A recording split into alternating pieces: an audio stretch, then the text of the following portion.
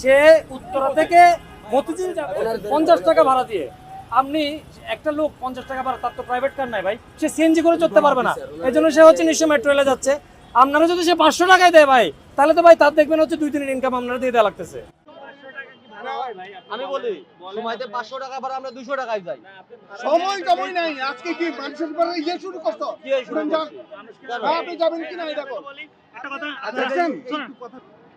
ভাই আজকে metro rail এই আগারগাঁও পর্যন্ত কি কারণে আসছে আমরা জানি না। এটা তো বেসিক্যালি উত্তরা পর্যন্ত, এই যে মতিঝিল পর্যন্ত যাওয়ার কথা ছিল। এখন এখানে মানুষ প্রচুর পরিমাণে ভিড় জমাচ্ছে, অ্যাভেলেবেল গাড়ি নাই।